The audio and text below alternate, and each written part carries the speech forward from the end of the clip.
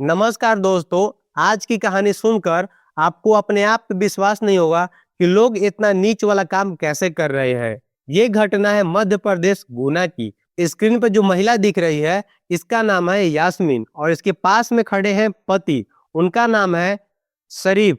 और उसके पास में एक लड़का है, नौजवान लड़का खड़ा है, वो यास्मीन की भाई होता है, जो शरीफ का साला होता है। ये तीनों मिलकर ऐसा नीच वाला काम किए हैं, घटना को अंजाम दिए हैं, जो पूरे मध्य प्रदेश में हाहाकार मच चुका है। कोई सोचने पे भी मजबूर हो चुका है कि ये तीनों मिलकर इतना गिरा हुआ काम कैसे कर सकते हैं, वो भी 22 साल की लड़की के साथ में। आखिरकार इन तीनों ने उस 22 साल की लड़की के साथ में क्या किया है, आइए इस पूरे घटना को बारे में शुरू से शुरू करते हैं। तो प्लीज वीडियो को लास्ट तक जरूर से देखिएगा और मेरे चैनल पे नए हैं तो मेरे चैनल को सब्सक्राइब कर दीजिएगा और वीडियो को लाइक कर दीजिएगा। तो चलिए इस कहानी को शुरू से शुरू करते हैं। ये घटना है मध्य प्रदेश के गुना की। यास्मीन ब्यूटी पार्लर में जाकर वहां पर काम सीखा करती थी। उसी में एक 22 साल की लड़की भी वहां पर काम सीखा करती थी।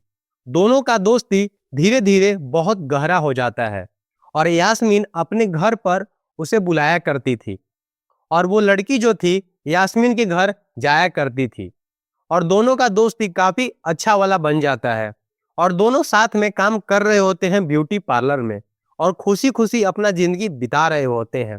लेकिन जब यास्मीन के घर पे वो लड़की जाती है तो यास्मीन के जो मतलब कि हस्बैंड होते हैं, उनका बुरा नजर रहता है उस लड़की के ऊपर।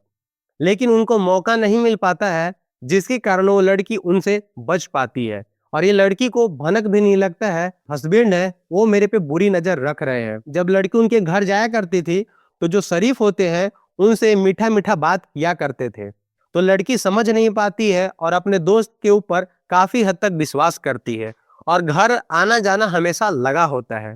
एक दिन की बात है, मतलब कि 27 मार्च 2026 का वो दिन, जब लड़की यास्मीन के घर जाती है और यास्मीन घर पर नहीं होती है और उनके हस्बैंड मतलब कि शरीफ घर पर होते हैं।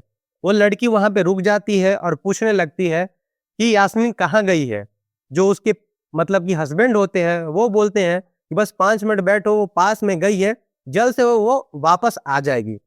जो लड़की हो जाती है एक कमरे में बैठ जाती है और शरीफ उस कमरे में होता है। उसका नियत बिगड़ जाता है और लड़की के ऊपर बुरी नजर से देखना शुरू कर देता है और लड़की कुछ को जब तक वो समझ पाती तब तक वो जो हो मतलब लड़की होती है फिर से पूछती है कि यास्मीन अब तक घर नहीं आई। उसको बैठे हुए करीब आधा घंटा से ज्यादा समय बीत चुका था। लेकिन जो शरीफ होते हैं बात को बदलने लगते हैं और उसको बात के अपने झांसा में कुछ टाइम और निकलवा देते हैं और उनका नजर बिगड़ जाता है और उस लड़की के साथ में दुष्कर्म करने के लिए सोचने लगते हैं। उस लड़की को चेयर से घसीट कर अपने बेडरूम की ओर ले जाने लगते हैं। लड़की चिल्लाने लगती है, लेकिन उस घर में कोई बचाव करने वाला परिवार ही नहीं था, क्योंकि वो लड़की और शरीफी उस घर में थे और पड़ोसी लोग का घर आसपास में काफी दूर दूर था, तो आवाज बाहर तक नहीं जा सकता था। अगर जाता भी तो कोई सुन नहीं पाता, क्योंकि घर आसपास में नहीं होता है।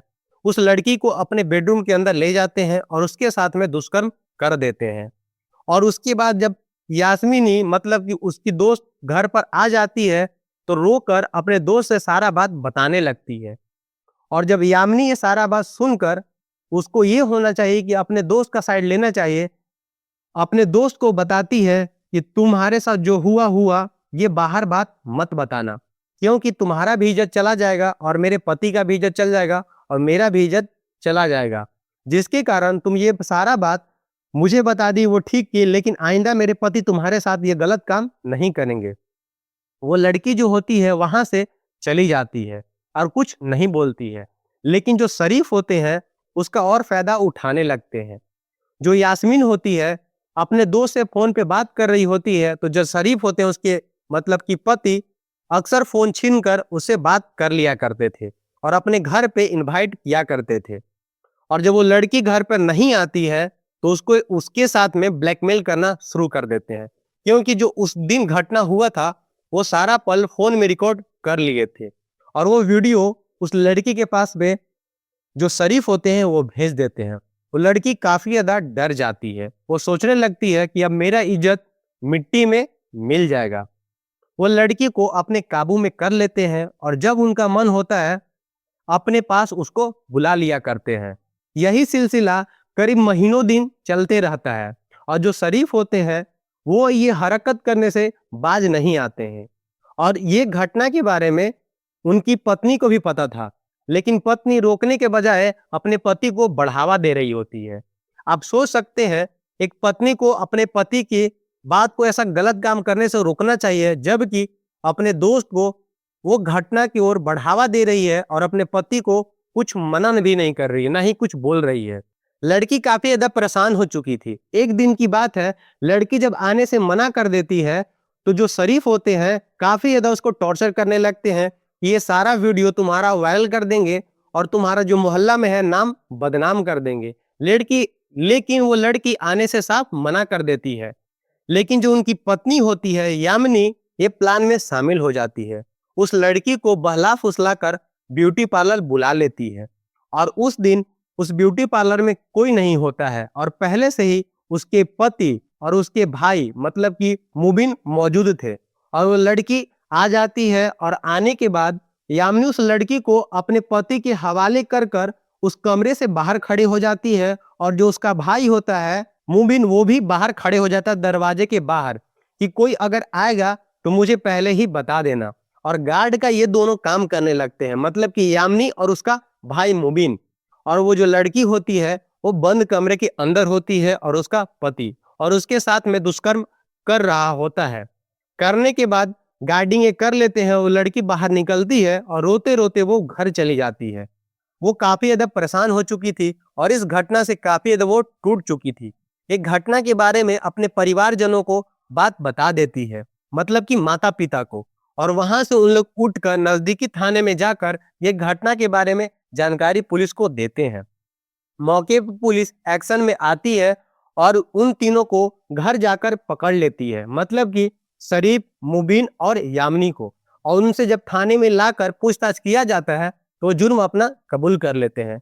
अब सोच सकते हैं कि इस दोस्ती में विश्वासघात उस लड़की के साथ कर देती है यामिनी, और जबकि अपने पति को भी मना नहीं करती है और बढ़ावा देती है। आपका इस घटना के बारे में क्या विचार है? अपनी विचार कमेंट सेक्शन के अंदर से जरूर से बताएं। और इस घटना को सुनाने का मेरा कोई गलत उद्देश्य नहीं था, ना ही किसी के भावनाओं को ठेस पहुंचाना।